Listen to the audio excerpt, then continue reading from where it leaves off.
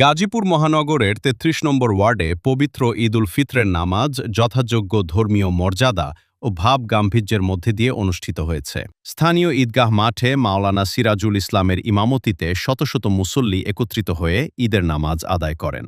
নামাজ শেষে দেশ ও জাতির শান্তি, সমৃদ্ধি এবং মুসলিম উম্মাহর কল্যাণ কামনায় বিশেষ মোনাজাত করা হয়। এ সময় ঈদগাহ মাঠ পরিচালনা কমিটির সদস্যবৃন্দ, বিভিন্ন শ্রেণী পেশার মানুষ, স্থানীয় গণ্যমান্য ব্যক্তিবর্গ এবং বিভিন্ন রাজনৈতিক দলের নেতাকর্মীরা উপস্থিত ছিলেন। ধর্মীয় এই মিলন মেলায় সকলের মধ্যে ভ্রাতৃত্ববোধ ও সৌহার্দ্যের এক অপূর্ব পরিবেশ লক্ষ্য করা যায়। এ সময় আরও উপস্থিত ছিলেন ৩৫ নম্বর ওয়ার্ড কাউন্সিলর পদপ্রার্থী রাজু আহমেদ শাহিন, আনিস মুক্তার, শেখ মোহাম্মদ কামাল, হাজি মানিক চান, প্রভাষক জাকির হোসেন, নাজমুল ইসলাম শ্যামল, আবুল কালাম আজাদ সহ আরও অনেকেই উপস্থিত ছিলেন। সবাইকে জানাই ঈদ মোবারক, সবাইকে জানাই সালাম এবং আমাদের সপরিবার থেকে মোল্লা মার্কেট এই দক্ষিণ খেলকুর বোটবাজার এলাকা থেকে সবাইকে জানাই ঈদ মোবারক, ঈদ মোবারক, ঈদ মোবারক।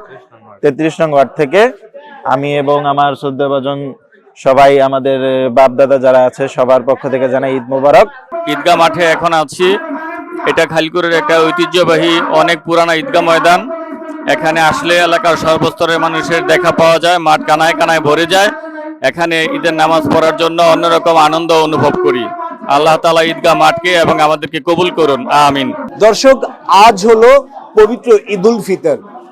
দীর্ঘ একটি মাস সিয়াম সাধনা করার পর আজকে কিন্তু তারা এই ঈদগাহ মাঠে নামাজ আদায় করেছেন। এই যে ঈদের আনন্দ তারা আমরা দেখছি একটু আগে এক একজনের সাথে কোলাকুলি করছেন এবং ঈদের শুভেচ্ছা বিনিময় করছেন।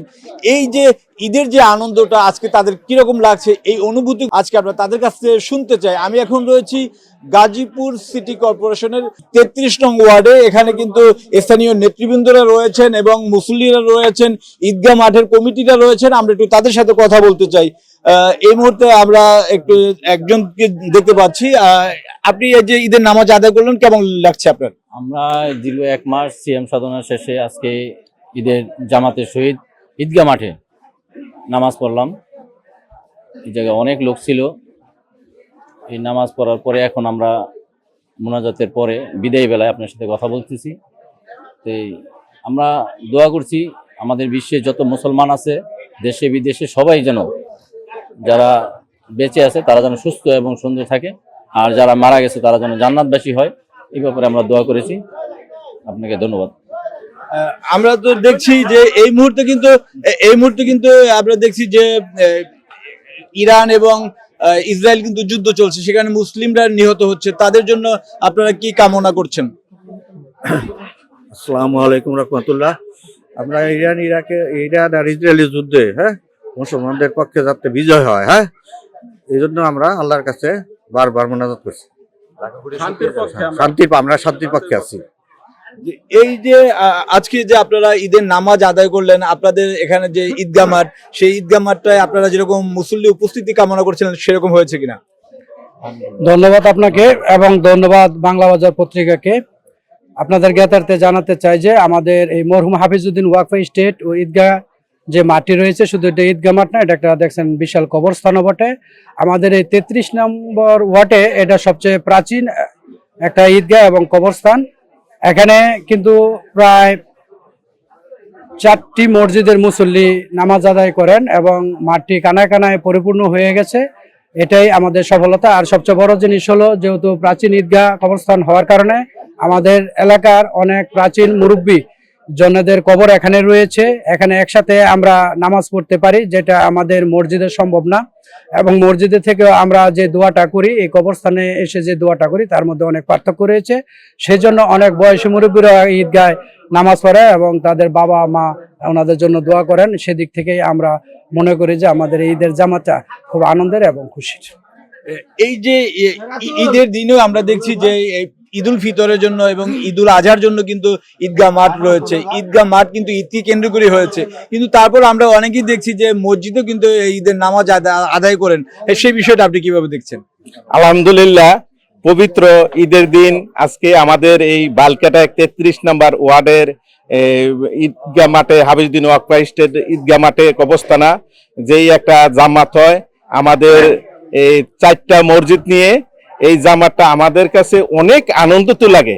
ঈদের জামাত মসজিদে পড়া আর মাঠে পড়া আর মসজিদে পড়া অনেক ডিফারেন্স। এটার ফজিলতই আলাদা মাঠে পড়া। আল্লাহ পাক মানে মাঠে পড়ার জন্য নির্দেশ করছে, বলা মাঠে ঈদগাহ মাঠে নামাজ পড়ার জন্য আল্লাহ পাক মানে করছে। এটা ফজিলত আল্লাহ আমাদেরকে আলাদা দিব। আমাদের পাশে কবরস্থান আছে, আমরা ঈদের জামাতটা পড়ে আমরা কবরস্থানাতে কবরবাসী আমাদের আত্মীয় স্বজন আপনজন যারা শুয়ে আছে জান্নাতের উদ্দেশ্যে, তাদের জন্য আমরা হাত তুলে দোয়া করি, তাদের আল্লাহ পাক যেন জান্নাতে ভালো লাগে।